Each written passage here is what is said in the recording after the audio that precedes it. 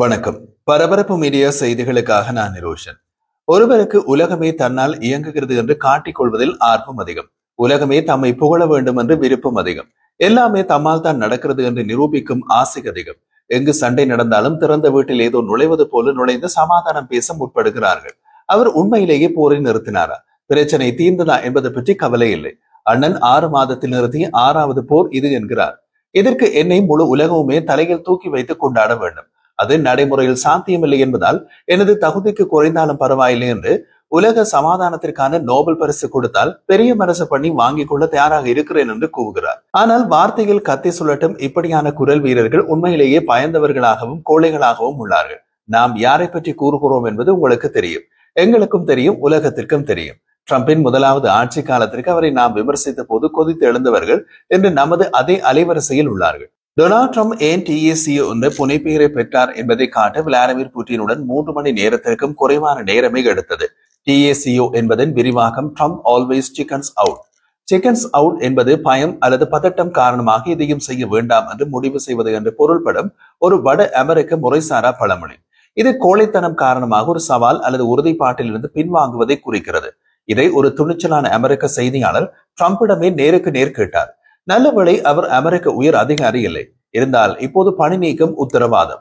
கடந்த வெள்ளிக்கிழமை வாஷிங்டனை விட்டு வெளியேறுவதற்கு முன்பு அமெரிக்க ஜனாதிபதி ஃபாக்ஸ் நியூஸிடம் 3.5 ஆண்டு கால ரஷ்யா உக்ரைன் போரில் ஏதேனும் ஒரு வகையான போர் நிறுத்தம் இல்லாமல் நான் வெளியேறினால் நான் மகிழ்ச்சி அடைய மாட்டேன் என்று கூறினார்.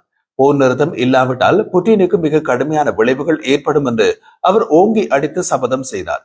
ரஷ்ய தலைவர் புட்டினை நேருக்கு நேர் சந்தித்தவுடன் அவர் பதுங்கினார், பின்வாங்கினார். போர் நிறுத்தம் இனி தேவையில்லை என்று ட்ரம்ப் பின்னர் அறிவித்தார். தானும் புட்டினும் நேரடியாக அமைதி ஒப்பந்தத்திற்கு செல்வதே சிறந்த வழி என்று தீர்மானித்ததாகவும் போர் நிறுத்தம் பெரும்பாலும் நிலைக்காது என்றும் கூறினார். அமெரிக்க ஜனாதிபதிக்கு சில மணி நேரத்திற்கு முன் அது தெரிந்திருக்கவில்லை.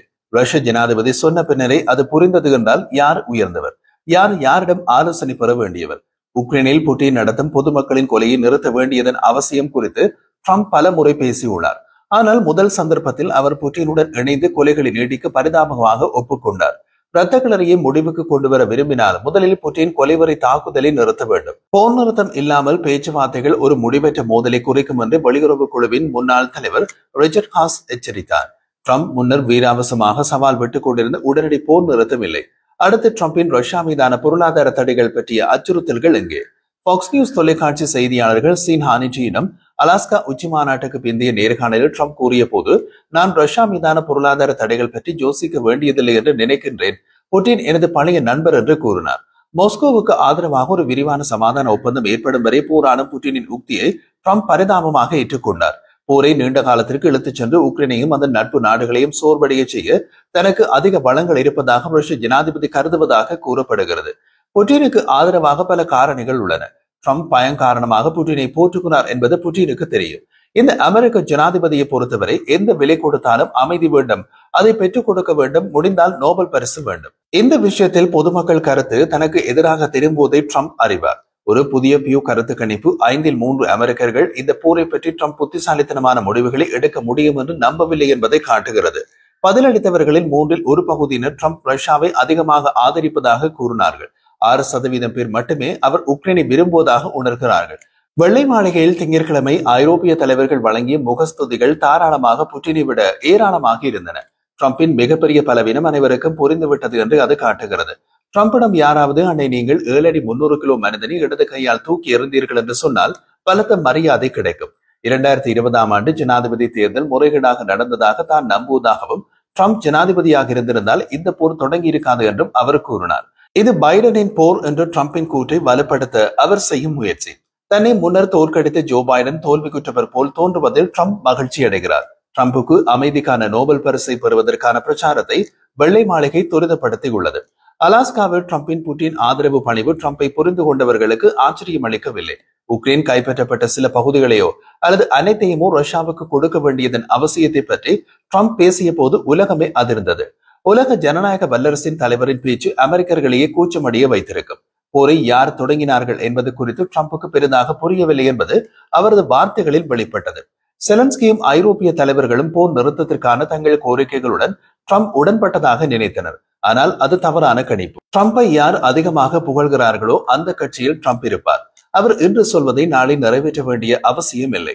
ட்ரம்பா புட்டினா திறமைசாலி என்று கேட்டால் பதில் புட்டின் தான். இன்னமும் 3.5 ஆண்டுகள் மட்டும் அதிகாரத்தில் இருக்கக்கூடிய ஒருவரை, புகழில் அதீத வரி கொண்ட ஒருவரை புட்டின் சரியாக புரிந்து வைத்துள்ளார். அந்த நபருக்கு தன்மேல் அதீத அச்சம் உள்ளதையும் புட்டின் தெரிந்து வைத்திருப்பார்.